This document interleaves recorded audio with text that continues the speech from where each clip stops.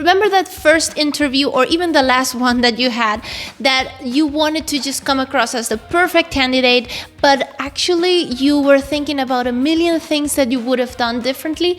Well, actually Retorio has an AI that can assess and identify those things that maybe aren't the best or that you want to improve, and they help you with it and help you become your better self. They say that they help you activate your best self.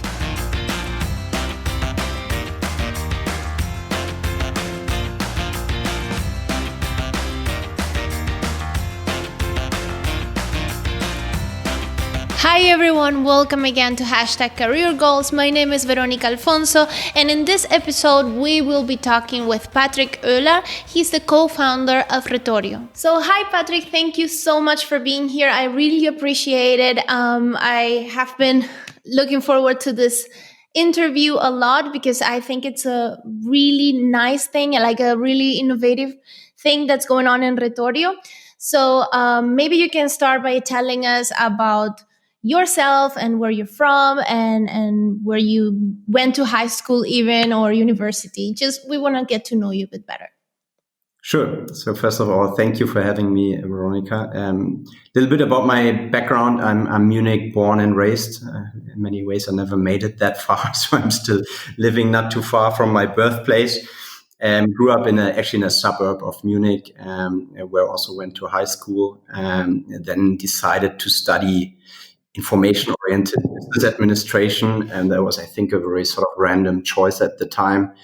Then somehow ended up at the London School of Economics, and then at the age of 24 was a graduate with a master's degree without much relevant experience, and I didn't really have any clue what to do. So I decided, like many people, to do a PhD and stay at university. I think that was the main motivation behind the PhD, was to stay in a sort of environment where I'm surrounded by young, fresh minds, and where I don't need to sort of face the seriousness of life. And so I went to the Technical University of Munich, which is sort of one of the big universities here in Munich, and I started doing a PhD in organizational research.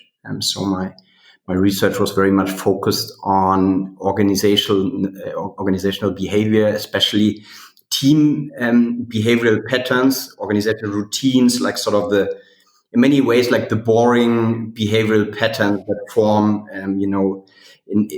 in corporate life. And at some point, I also started realizing that routines are a bit boring, and I went more towards researching creative projects and how organizations break out of their routines and how people in organizations change their behaviors.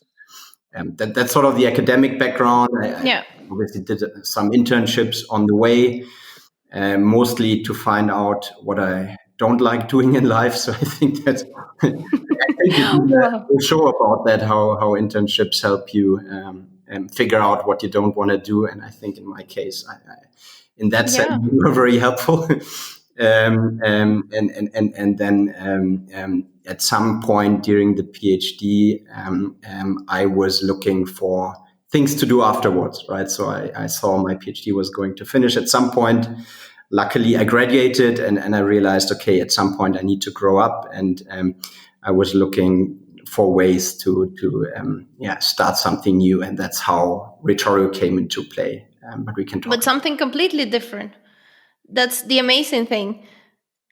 From what you were studying, no?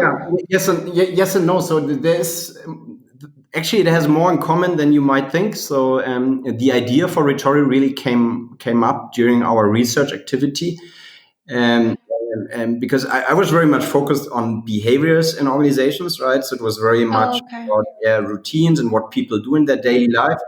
And what we realized very quickly is how difficult it is to measure behavior, right? To quantify it. Like most of the stuff that makes organizations interesting is sort of the human factor, right? The way how people interact with each other, how they fight, how they deal in their daily life, how the different personalities that come into play, that's the whole magic of it. And we realized that most organizations don't have much data about that. They don't really know that much in detail about who's working for them, what personalities the employees have, why a certain team works, why another team does not work. Most of all, they don't even know what makes a good salesperson or a good service person. They have a certain concept or a certain idea. Rough idea, yeah. They just don't have data on it. And so with Retorio, and that's why I start basically explaining what we actually do with Retorio. And with Retorio, we were looking for ways to make all these sort of magic little factors that make companies work, and that make teams work, and that create a corporate culture. We try to make that visible. And we realized that the most interesting way to explore all these factors is by looking at videos. Because in a video, just as in this moment, you see quite a lot about, the personality of a person. You see how they behave. You learn a lot about their background, about their communication patterns, their emotions. So within video data, you can see a lot about a person, right? And so with Retorio, basically, based on our research that we did, we started developing all kinds of algorithms that quantify behavior and communication, and then basically predict personality from video data. So in other words, you give Retorio a short video of yourself, like 15 seconds, 30 seconds might be enough. And Retorio very reliably can tell you how you come across, how other people will perceive you, and also what personality you express through your behavior. And we mostly use that in recruitment to help our clients identify talents, especially in customer-centric positions where it's very much about personality and about finding people that really represent companies' values, and where CVs might not matter that much. But we also used for training purposes. So more and more companies use us to train their salespeople, for instance, to do better pitches. This is what I meant when I said this is super innovative and something that I haven't heard before. So maybe to get more into context, you can let us know why you started Retorio and how it really started. Yeah. Like, tell us your reason why was there, but I understand that you already said some reasons, that some things that you were identifying that were not right, or that could be helpful for companies and also for their employees. But was there some kind of maybe like an anecdote, a moment that you said, wow, I need to do this? When did the idea actually started with you? Yeah, I mean, it's funny that you say that, because there was this one moment where sort of the idea came up. And yes, we had been doing a lot of research in that area, but we didn't have a clear plan what to do with Retorio. Yeah. And there was no Retorio. We just had the idea that we wanted to work on AI surrounded about behavior in organizations, but we didn't have a clear plan.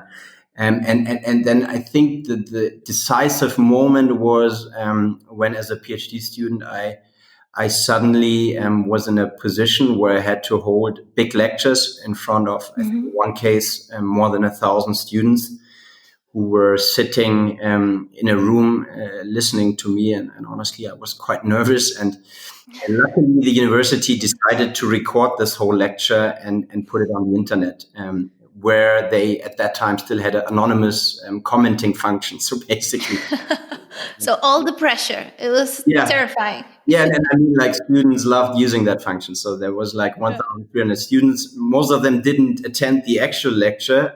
They just went online, watched some parts of the lecture, and just enough of it to start commenting my presentation style, right?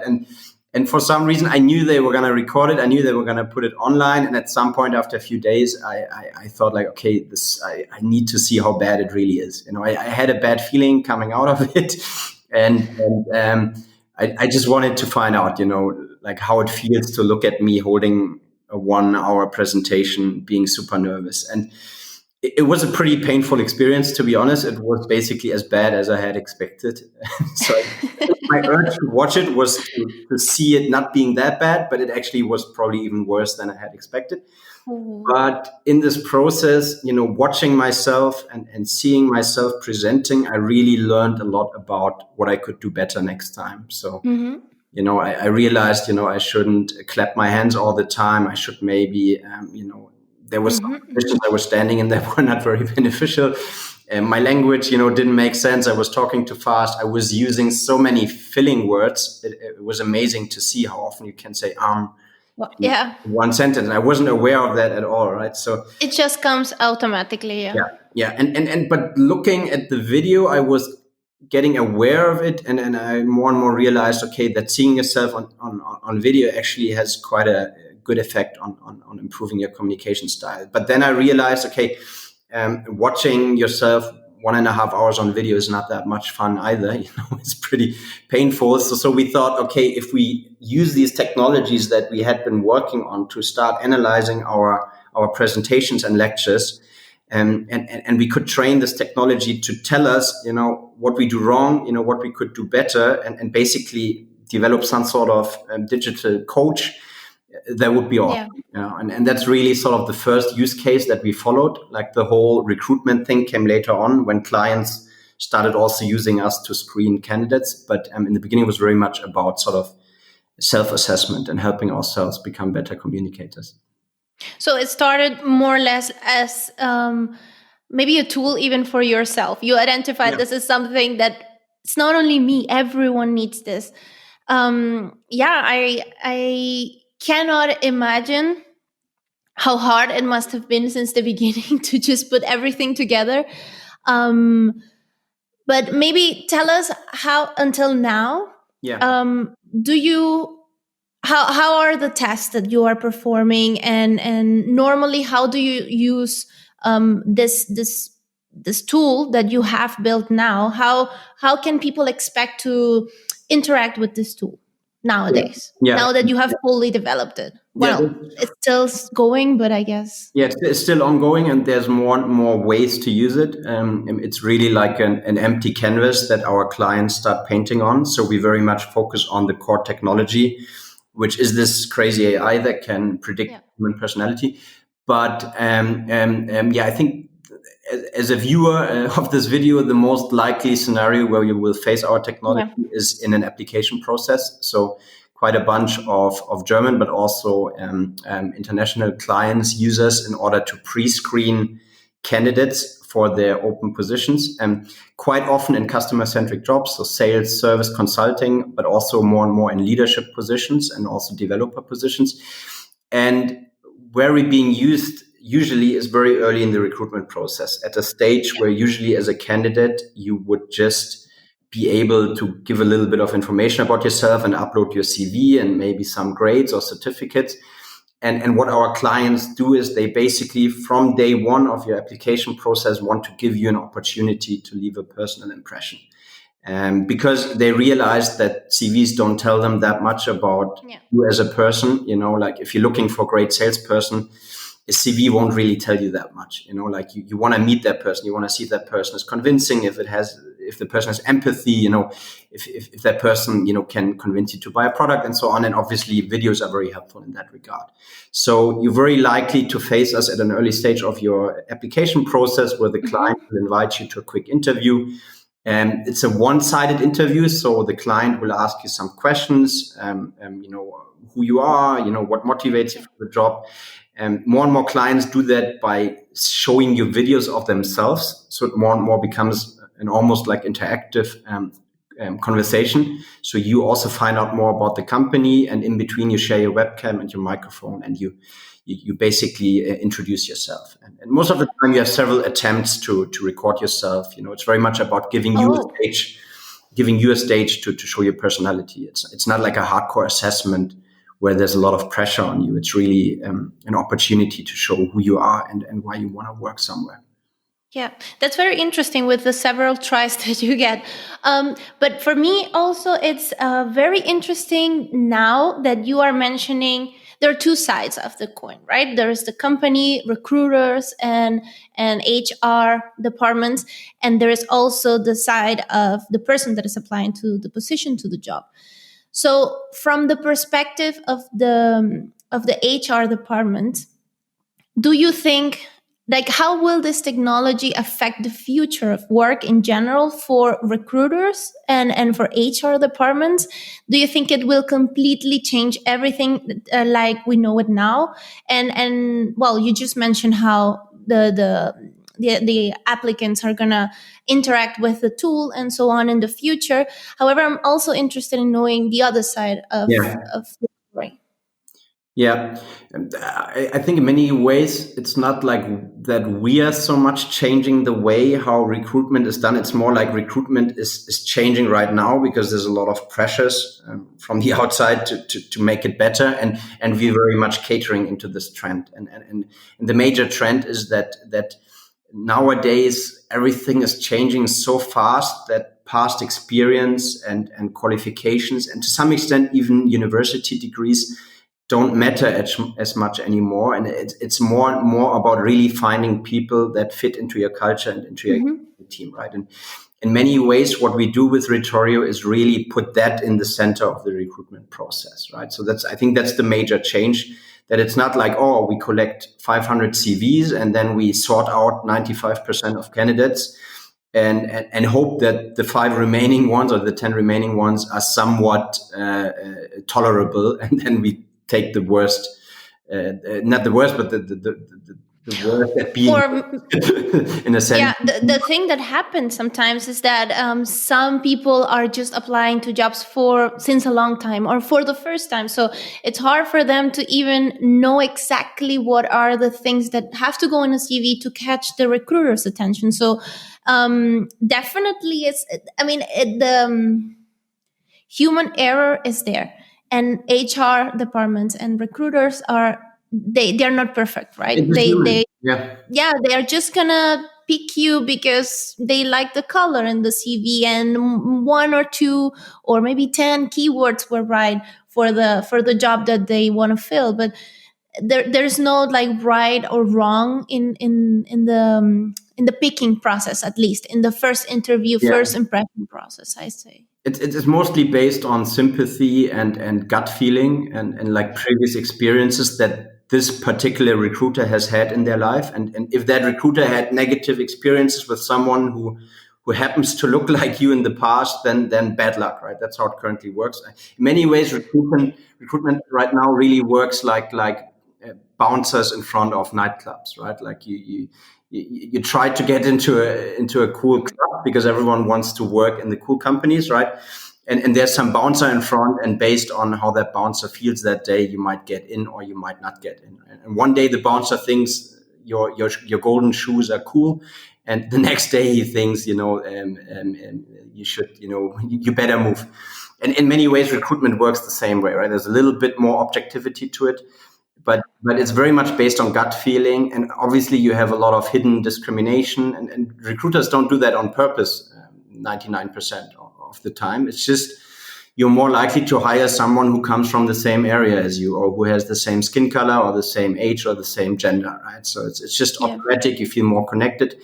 And what we do with the AI is we basically challenge that gut feeling. Like we provide objective data. Our AI is completely debiased. It doesn't see skin color. It doesn't see age. It doesn't see gender. And so it really just focuses on how you behave and what personality you bring across. And quite often we have this situation where a recruiter looks at a video and has a first stereotype of a person, and the AI starts giving him a completely different picture, right? And then first reaction usually is like, okay, the AI is wrong. Like how can the AI say this person is likable or sympathetic or whatever?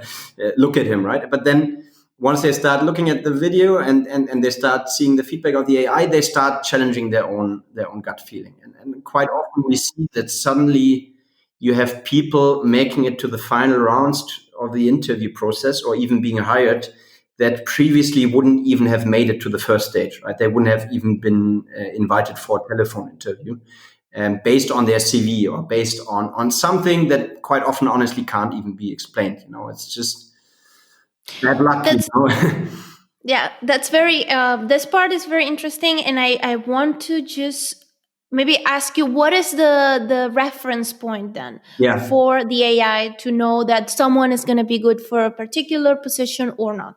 Yeah. So what we do is we look into company data. So we more and more analyze whole teams, even whole organizations. So when we onboard a new client, quite often the first thing they do is that they analyze their whole team with our AI, and they start looking for patterns, right? So they try to find out what personalities they've hired in the past, what sort of team constellations work, what culture they have. And by culture, I really mean like the way how people behave in their daily life, the way how people talk, how they interact with each other. So all this can be recorded in video, and accordingly it can be analyzed through our AI. And then we go look at this data and talk together with usually the executive level in these companies, and try to figure out what sort of personalities we want to hire in the future. If we want to have more of what has worked in the past, or if they want to change. We have clients that say they need to become more digital, more open, more innovative, and they need to hire a different kind of personality, right? So basically, the AI and the existing data together with the management helps us figure out who the company is actually looking for. And then we bring this data into the recruitment process, where the AI then automatically benchmarks candidates against those goals. Yeah. Maybe like I can imagine a bit the person that is hearing like this conversation and is probably thinking, okay, and then from one interview or from one video, is this tool able to just identify if I'm innovative, if I'm creative, if I am the kind of person that this company really needs? Yeah, I mean that's the crazy part of it, but you need to consider like even just a minute or 2 minutes of video it involves millions of data points, millions of pixels of little nuances in your voice. Obviously, we quantify and not just how you behave and whatever facial expression you have, but also what you say and how you say it, right? And the combination of all these factors gives a astonishingly accurate profile of a person. Like we sometimes surprised ourselves how quickly you can really derive like very precise ideas of a person. And it's a bit. I mean, honestly, humans can do it too quite often. If you meet a Yeah. person and you talk to that person for 30 seconds, for a minute, it's not like you're always right. But most of the time you will have a pretty clear picture of what sort of personality you're dealing with. And that's what AI does too, right? Obviously, it can be wrong at times. And accordingly, none of our clients lets the AI do any final decisions. It's just a data Okay. point, one of many, and it's combined with other data. But what we see already is that it's a lot more reliable than human recruiters, which are very much sort of biased by their own experience. So with the AI, you really can rule out sort of arbitrary, gut feelings and stuff like that. Yeah, this was actually related to my next question. I wanted to ask, is this AI tool able to actually replace at all recruiters overall? This Mm. because it seems, or from how you're explaining it, I get the feeling that it's more like a help for them, because it's never gonna fully replace what recruiters think, or what maybe a team needs. Maybe from a first encounter, yes, it's gonna help you a lot to know if this person would even fit into the recruiting process. But do you see it more as a tool, or do you think it has the potential of replacing a whole recruiting department? No, I don't think. I mean, that's something maybe 50 years from now. It's hard to look that far in the future, but currently, I think you can very much compare our technology to autonomous driving. Like it's in a similar stage. So we are at a point where it adds safety. So our AI is more working as an assistant system that basically looks over your shoulder and helps you make better decisions and helps you, avoid accidents in many ways. But it's very far away from a point where you want to have it drive away on its own, and at least you don't want to sit in the back when it's driving. Let's put it like this. So it's very much For now, for we now. don't know, like you said, in 50 years. We're going into a direction. I mean, honestly, the progress is quite impressive. But I don't think it ever will replace recruiters. I think it will, though, very much change the way how recruiters work. So currently, the job of recruiting is very much focused on, to be honest, administrative tasks where you screen CVs. You categorize them. You go through hundreds of candidates. And Yeah. I think on average, you'll have like 10, 15, maybe 30 seconds per CV if you're lucky. And it's not a job that's very exciting, to be honest. And at some point, CVs are just like numbers. Like you stop caring about the humans behind them. And what we try to achieve is basically clear up space in that part of the recruitment process that's simply not interesting, and provide more time in the sort of interviewing part of the process. When you really start inviting people, and when you don't have to interview that many candidates anymore because you see them on video, and quite often you get a good feeling for who you really want to invite and not. But you can really use that time to convince the remaining candidates, and really interact with them and have several interviews and take your time and convince them to work for you. And that's something where currently, a lot of candidates go lost in the final stages of the process because they just don't have enough time to spend with them and convince them and make them good offers, right? So because there's some people you really want to hire, but you're too focused on the beginning of the pipeline. Yeah. So recruiters become very data driven. Like we see, they become more like data analysts. They look at the data and they pre-screen, very much data driven, and then they focus on the interview and on the human side later on. Yeah, and taken from the data part that is so necessary and helps so much, and nowadays it's like the best asset that a company can have. I also get the feeling that actually implementing this tool, well, I call it tool. I don't know if I should call it a tool. The tool is fine.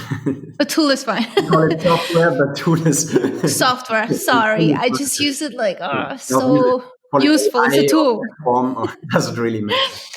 So my question was it seems like it takes a long time to actually implement this software in a company, and because you have to take into consideration what the company wants to achieve with this new hiring process, the opinion of many departments, including the board of the board in general. Also maybe even some releases they're going to have of products or whatever, and the kind of people they need. So it seems like Retorio has to really do a job of analyzing quite well what the company needs in the future, or what they have expressed that they need, in order to implement it as good as they can, and to achieve the results that the company is looking for. Yes and no. So what we usually see is that our clients can start using us very quickly, just because in the beginning, yes, it's true. It takes some time to figure out what they are really looking for, right? And they need more and more data to find that out. But the technology instantly adds value even before that, right? Because you collect videos, you already get a very objective, reliable personality profile. And it's more like when it comes to interpreting this profile, you might want to look a bit deeper into your company and into your own workforce in order to set it into context, right? And that's something that happens on the way. So usually our clients start recruiting straight away. And then on the way, they start adding more and more data into the system, so that the system can basically help them more and more and do more and more tasks for them. But the onboarding process usually is 1 or 2 hours for us. That's it. It's super easy in that sense. Wow. That they can directly copy it into their existing recruitment system. They can send out links to candidates. They get instant value. And then later on, you try to put the data into a better perspective. So since the pandemic and coronavirus, the opportunity to get together and to perform hiring interviews and so on, of course, has decreased, and we see it like every day less happening. So do you think since the pandemic and the lockdowns and so on, the interest in your product has risen? Do you see it being or having more acceptance, or even the companies asking more for it? Yeah, that's shamefully, we need to admit we're sort of benefiting from this whole situation. And just in a sense, there's several trends that sort of help us, right? One of them Yeah. is a tough job market, which leads to many applications per open position. We have some clients now who receive 5-6 times as many applications per open position as they did before. Wow. Obviously, when you're dealing with that volume of candidates, you need to rely on different kind of technologies. At the same time, they can't invite candidates for interviews anymore. They need to do it all through Skype. And as a recruiter, if you spend eight hours per day on whatever Microsoft Teams or Zoom or WebEx interviewing candidates, at some point you go crazy, right? So they're more Yes. looking for pre-screening tools and for one-sided video interviews where they just need to, watch a few minutes of a candidate and don't have to screen them for hours. So that's also benefiting. And we see a huge spike in acceptance towards video interviewing. Like generally, to be honest, 2 years ago, many candidates said like, oh, I don't want to do that. I don't want to share my webcam. And people had a lot of stickers on their cameras, on their phones, and so on, because they were so afraid that that they might be filmed. And that's now becoming more natural. We saw it with a lot of clients as well, who in the beginning, always switched off their camera in their video calls, and then step by step, the more lonely people get, the more happy they are to actually see a face. And so this whole thing became more natural, right? And at the same time, there's also cost pressure to streamline recruitment, to digitalize, and to scale it as well. I mean, our clients know that there will be better times coming, and they're now preparing for it, right? So they know very soon they will have to hire a lot of the people that they sometimes had to fire over the last few months. So yeah, in many ways, we've really been feeling the crisis, but not in a necessarily bad way for us. Yeah. And since the people that are going to apply to these jobs and are going to interact with Retorio, they might be a bit scared because they would say, okay, now I have to face this new software and I have no idea what it is. And maybe I could just come across differently. I could even train other or like other skills that I really want to show in an interview or in this video that they're going to record as a first impression. And you mentioned before we did the interview, we had a talk before, and you mentioned that there is also the possibility, or there's a vision for the software to be more of a training tool also for candidates. Tell us a bit more about that and the experience that you've had with that. Yeah. So it's not just a vision, to be honest, like we're doing that already. And for instance, if you're a member of Xing Pro Jobs, like Xing is the German LinkedIn, some of you might know it. And you can, as a candidate, for instance, use us for training purposes, and you can analyze your behavior and prepare for job interviews, right? And that's basically the thing that we're very strongly working on, is to... If you're a Xing user, sorry. If you're a Xing user, yeah. But it's being integrated in more and more other similar platforms. That's sort of the use case in that sense.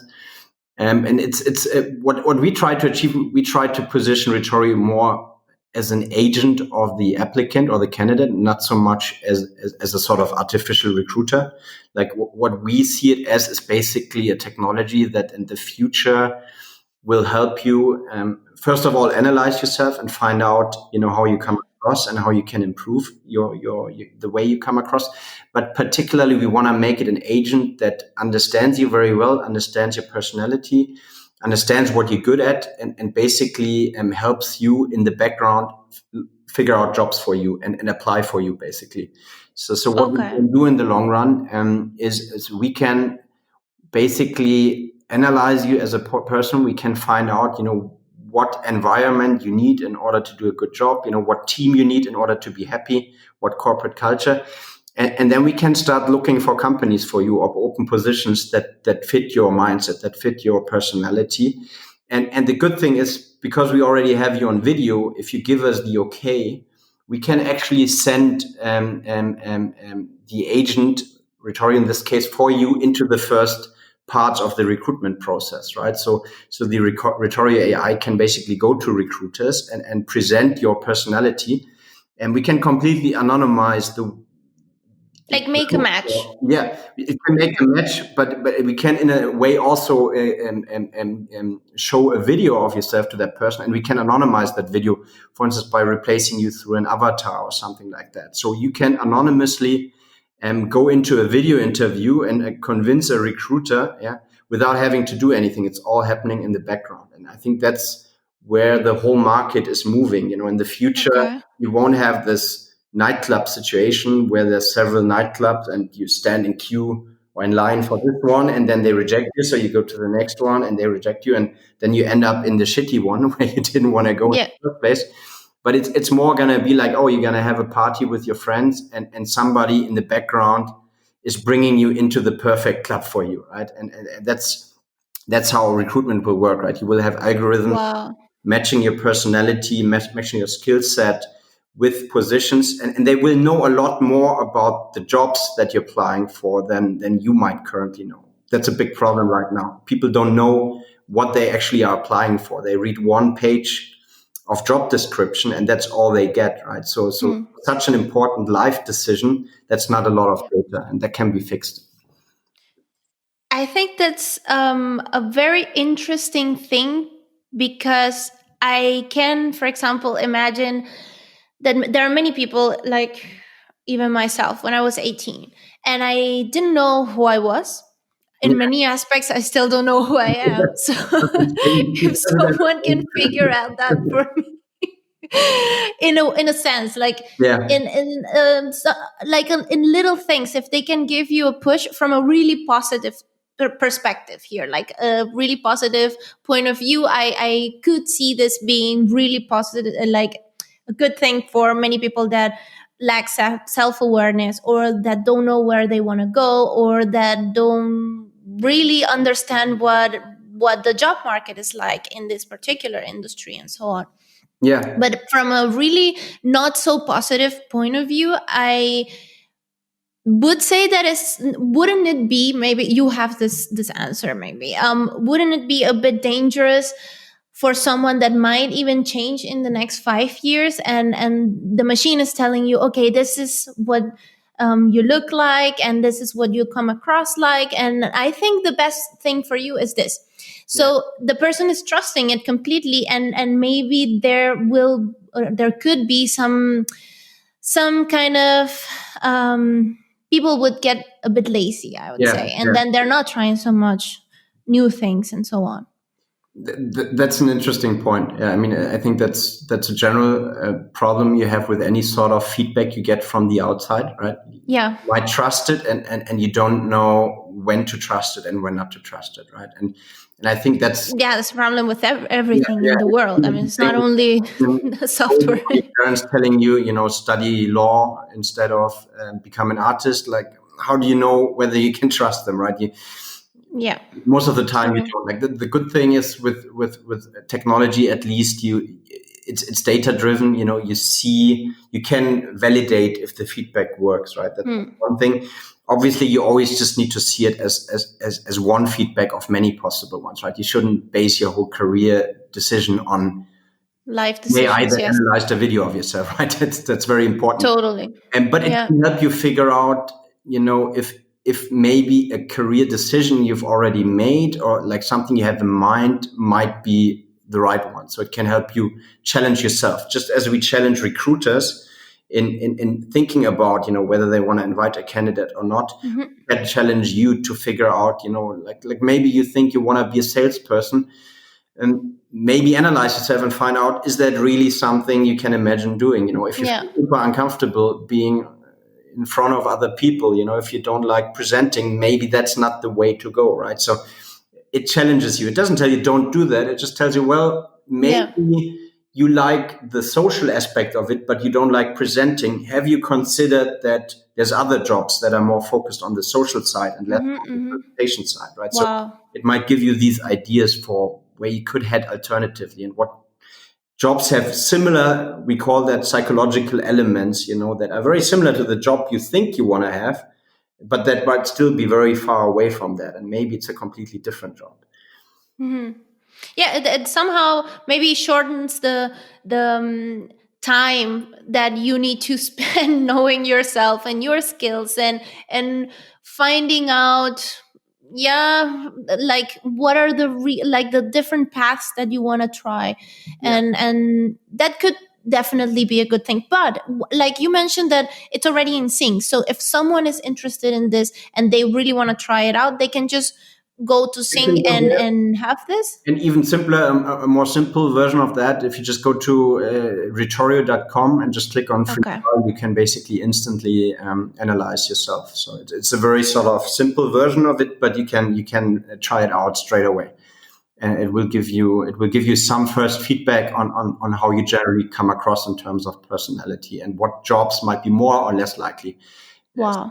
But not more than that. So it's really just a simple demonstrator, but it gives you a good feeling for what the technology is capable of.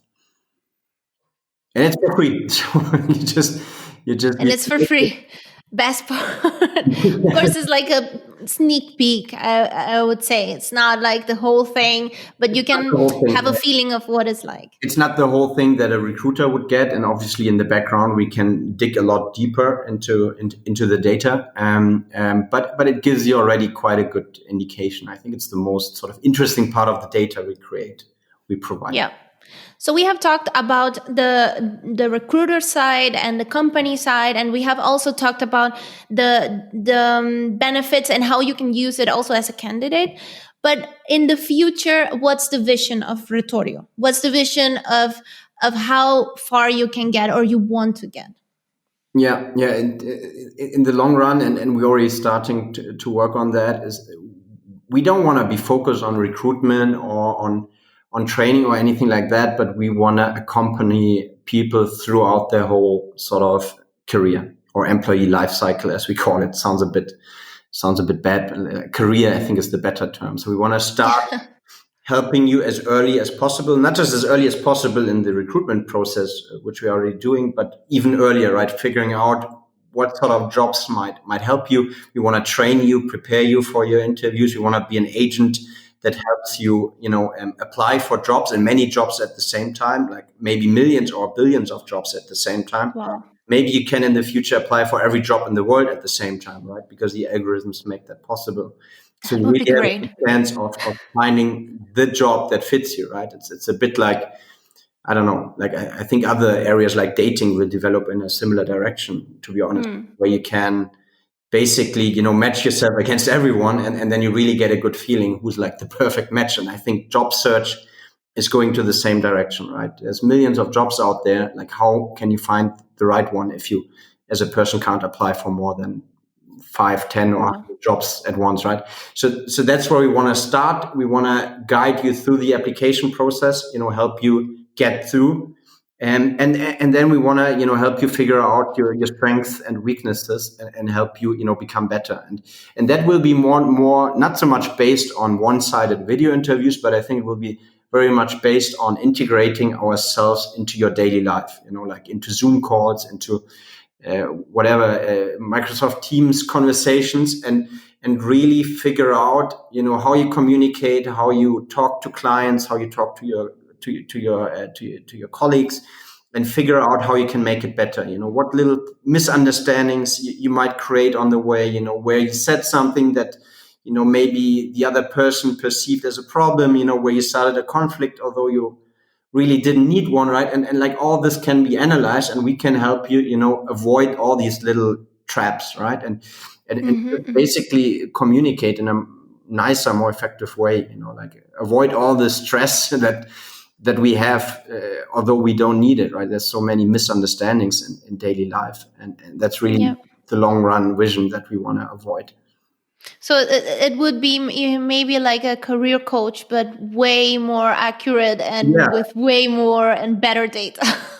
Basically, like a coach that watches you whenever you want. It's not like it's gonna be like, it's not Big Brother's watching you. You only will switch it on when you want it. but it will help you, master your daily life and become better at in many ways convincing people. It could become some sort of date doctor too at some point that helps you, impress people you like or something like that, right? So it can be very much focused on helping you activate your best self. That's how we call it, like activate the best version of yourself that you want to have. Wow. That sounds like the dream, honestly. And I am thinking like so many scenarios in which this could play a really important role, even like for governments, for example. I would say you can even decrease the unemployment rate so Yeah, much, because people are not going to be so angry and sad with their jobs that they don't really enjoy. They know exactly where to apply and exactly what to do, because they have been accompanied throughout the whole process of the application, and throughout the whole process of also knowing yourself to land in the right job and to land in the right place. just to comment on So yeah. that. So like I just saw a statistic today or some days ago that I think it was 60 or 70% or so of American employees feel disengaged and don't like their job. Like it's more than half Wow. of all employees basically don't like what they're doing. And I think this can be completely avoided, to be honest. Like I think by helping people, Hmm. find out more about the career they want to pursue upfront, and really, helping them get in there, but also on the job, helping them to have a better relationship with their superiors and their colleagues. You can really resolve quite a bit of that. Yeah, that's It's true, because it doesn't end. Sorry, go ahead. it's a huge problem, in every company. Hmm. Yeah, it doesn't really end when you land the job. I mean, your career is gonna That's the be there start. forever. Yeah, Yeah, yeah. That's the thing. that's the Like, start. a lot of people think, oh, my problem is getting a job, and obviously, Yeah.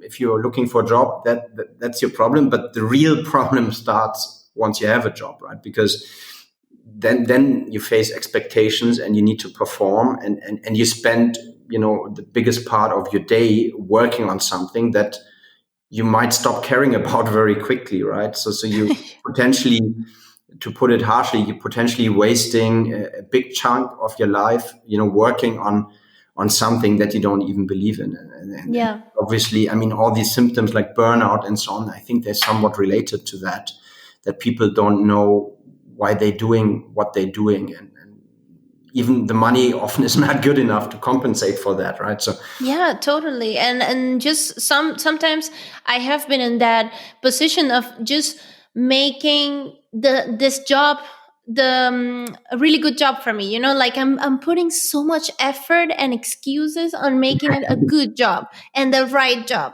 And then at some point I just realized, no, it's not working. I mean, stop making it beautiful. It's not working here. The relationship is just not doing this match that you're looking for.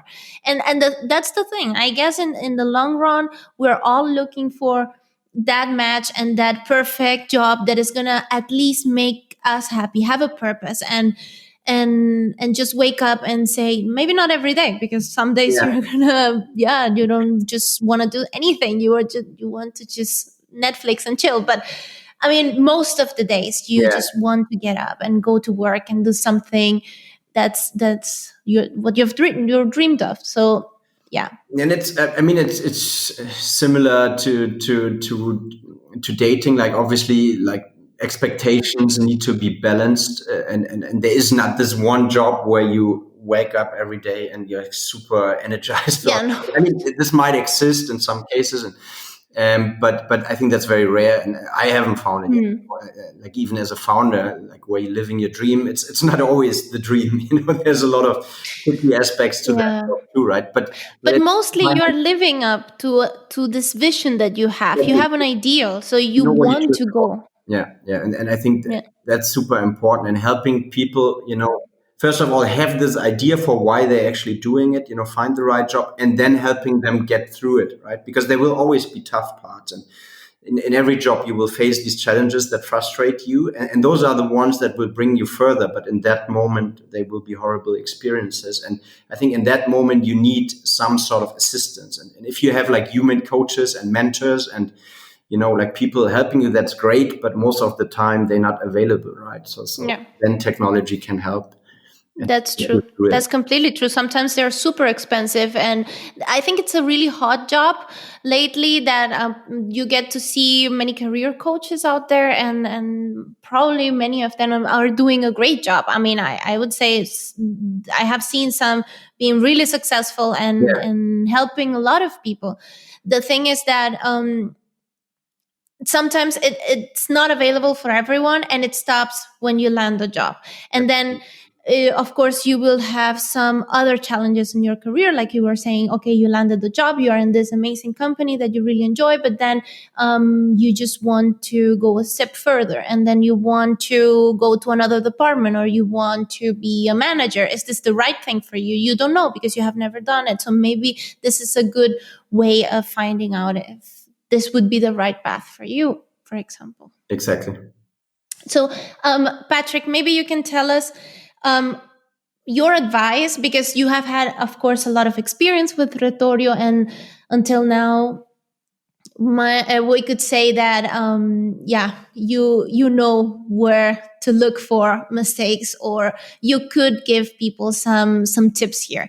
So what tips can you give to the audience, to the people watching, and to candidates in general, to overcome this first stage and the Yeah. first impression moment Yeah, you mean in the interview process or in in the interview and in the application process? yeah. Yeah. I think the first thing is like, and I haven't applied for many jobs in my life, to be honest. I've hired now quite a bunch of people, but I haven't, I haven't, I was in a lucky position where I mostly employed myself. But some experiences I have, and I'm happy to share. And I think what's super important is not to think too much about formal qualifications. I know, like when people see open job positions and so on, and they see all the things that you need to bring to it, and all the experience you need, and all the qualification Mm-hmm. and so on. Honestly, most of these positions are copy pasted from some old template, and the person that's going to hire you, honestly, is probably spent a few minutes on that, and not really thinking much about it. So I wouldn't be discouraged in any way by whatever expectations Mm-hmm. are being raised. Of course, every company writes in, we want high grades, and we want, years of programming experience in a programming language that this is 10 years of experience. 3 years. Yeah. So it's like, sure, because you don't want to seem cheap as a company, right? You want to seem attractive and like competitive, because you want to attract candidates that like the sort of culture. But most of the time, to be honest, it's some sort of bullshit, right? And I wouldn't be discouraged by that. I would very much, obviously you shouldn't lie on your CV, but you should, just be confident about yourself. Don't care too much. People will not spend much time on the CV. They will look for some cues. They will look for some key words, key items. Quite often that's already done by an algorithm, especially in bigger companies. Okay. But then, Keywords, yeah. yeah, but I wouldn't, like, just put in whatever you think that's relevant. Don't stretch it too far. But like, I think the challenge is really to get to the stage where you can leave a personal impression. And then I think everything about your past, all these things very quickly become, I wouldn't say obsolete. People will ask you about your experience, but they wouldn't Yeah. really care that much about it anymore. Like, they will see you in that moment, and they wouldn't really care what you did before. They will care more about how you tell the story about what you did before, right?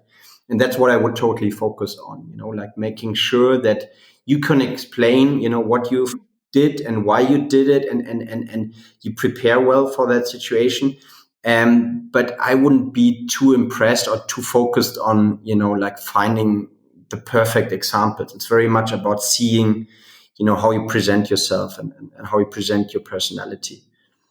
Um, if Yeah, that, but like, how can you, or how can a person know that they're presenting themselves well? yeah, Like, first of all, do you have go to some tips? Retorio.com and That's why you have to go to retorio.com. and Yeah, exactly. But I just thought that you might say, like, well, try to not move your hand so much. Honestly, I think there's very few recipes. And we see that in our data that people always think there's this perfect way to Yeah, present. exactly. There's And not. like what we see is just be yourself. Like it very quickly comes across artificial. Hmm. I've now seen hundreds or thousands of interviews on video, and what you see is that like when people pretend to be something that they're not, and they try to be the next Steve Jobs, and you see it's not them. That Hmm. then Looks fake. yeah, that's what it looks like. And when even the AI very quickly sees that this person is not authentic, then human recruiters will very quickly, decide against inviting you. So it's very much Yeah. about, just showing yourself, and don't fake it, in a sense that even if you fake your way through the application process, then your real problem will start, because you're working for a Hmm. company that doesn't fit you. You work in a position that's probably not the one for you, right? So you didn't really solve the problem. You just created a bigger problem, right? So then I would Totally. focus on finding jobs that are more suitable. Yeah, it's completely like you said with dating. It's like you're trying to have the best first impression in your Yeah, first date, and then okay, once you land the girl, let's say, or when it's your girlfriend or yeah. your boyfriend, or yeah, it's a relationship, and then yeah, and now what? We really And are not a match because everything was a lie. Yeah, yeah, I mean, divorce. I think finding a job and dating is pretty much the same, right? Mhm. It's almost the same mechanisms, work similarly. I mean, like the new job matching apps very much resemble Tinder. There's not much difference anymore, right?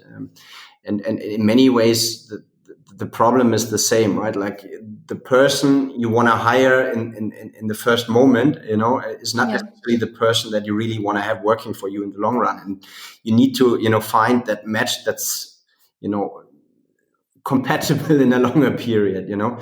Otherwise, you're just going to end up dating, and that works for some companies. Like in consulting, that works. You just, Jump from one pay to the other. people Yeah, and you do job hunting, and people leave after 6 months, and that's fine. But for most companies, that's luckily that's not what they're looking for, right? So they will pay more attention to your values and to your personality, and not necessarily on how good you are at selling yourself in that moment. That's quite often not as important as people might think. It's more about authenticity, I guess. yeah, totally. And we talked already about the candidates, and you gave advice. But what would you say to them if they are listening and they're still scared of this technology, and they're scared of these Yeah. changes, and how come this software is now gonna analyze my whole persona and it's gonna tell me if I'm good or not? What the hell? What would you say to those that are scared of Retorio? Yeah, don't be scared. That's the simple answer. No, no, the That's it. question is, in many ways, the great thing about technology and AI is it can forget. Like if if you do a shitty job in front of a human recruiter, that recruiter will remember you, and he might recognize you on the street one day, and it's gonna be embarrassing.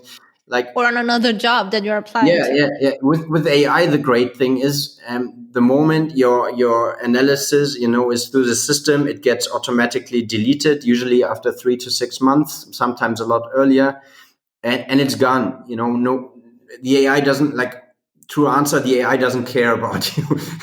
It doesn't give a shit about what you did wrong or what you did well. It Yeah. just analyzes you. It provides data, and then it forgets about you. So in many ways, it's a way more, how should I say, comfortable coach, because it's not judging you.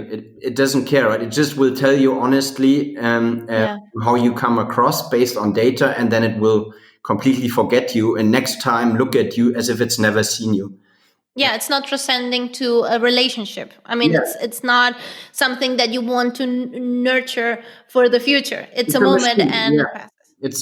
I mean, like AI is often shown very differently in the media and so on, but in the end, it's just an algorithm based on statistics that looks at you in that moment, and figures you out, but then completely forgets about you, and it doesn't see your face as such. It doesn't see your skin color, it doesn't see your age, your gender, right? So in many ways, you're completely anonymous. And I think that's the beauty of it, because for the first time, you can have a job interview and the other side never really gets to see you, like depending on how we're being used. You know? And I think that offers a lot of opportunities also in terms of data privacy and protection. Is this the main concern that you have seen in the users, the data privacy and the fact that the video is erased and so on? Yeah, I mean, it's in Europe, it's due to GDPR. That's a general requirement anyways. But yeah, we see that particular, and I'd say almost exclusively in Germany, and people are very careful about their data. You know, a lot of them want their data deleted. To be honest, we don't really see that in the other markets that much. Like our clients don't really care that much about the data. They're more focused on making sure that they're not being discriminated by the AI. So in the US, we need to provide a lot more additional information about how we debias our systems and how we make sure that, for instance, as a minority, you're not being discriminated. And that's really a strength we have. In Germany, people are super afraid of having their data leaked or something, which honestly cannot really happen. You know, these systems are so secure and we anonymize so much data that it's extremely secure, you know, probably a lot safer than any Zoom call or any Skype call.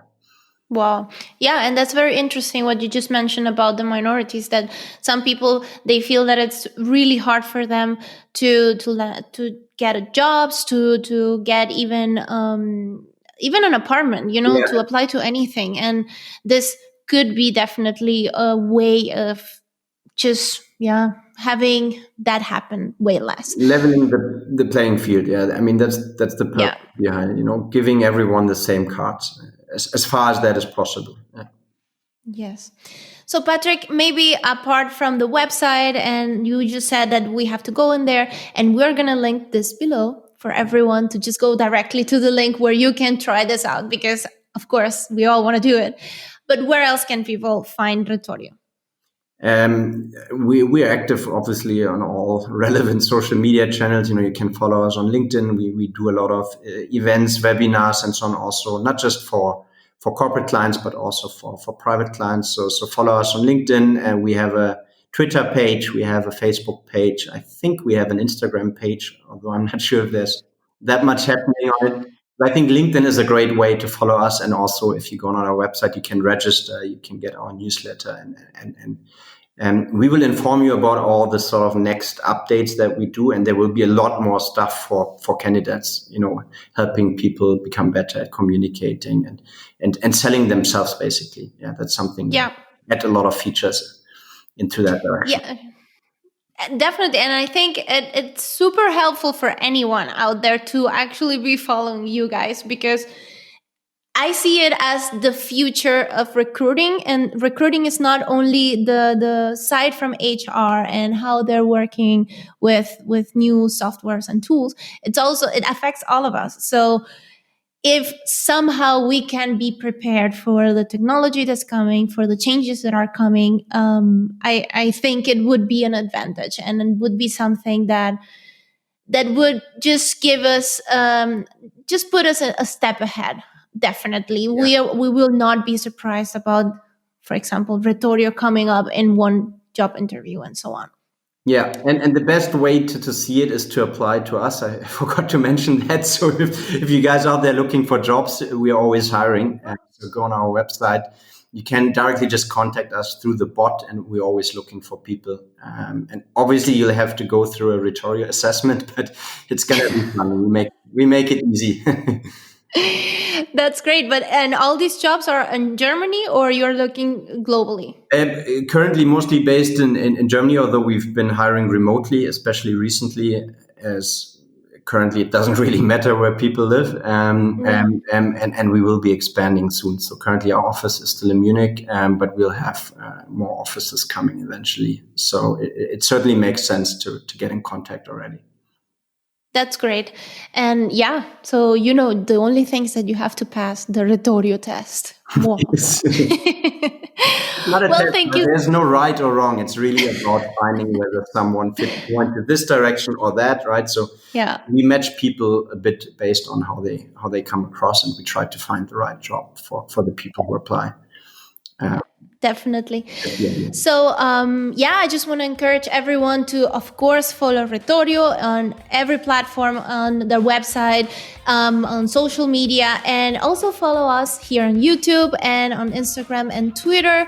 And remember to comment below what you think about this technology. How did you find this interview? And what are your thoughts about the whole conversation that you just heard? And yeah, I just want to thank everyone for watching and for listening and being here throughout the whole conversation. And thank you so much, Patrick, for accepting this interview. It has been amazing and super informative and just, mind-blowing at some point, I would say. Thanks for having me. I mean, I really enjoyed it. Yeah, great. And then thank you so much, everyone. Bye. See you next time.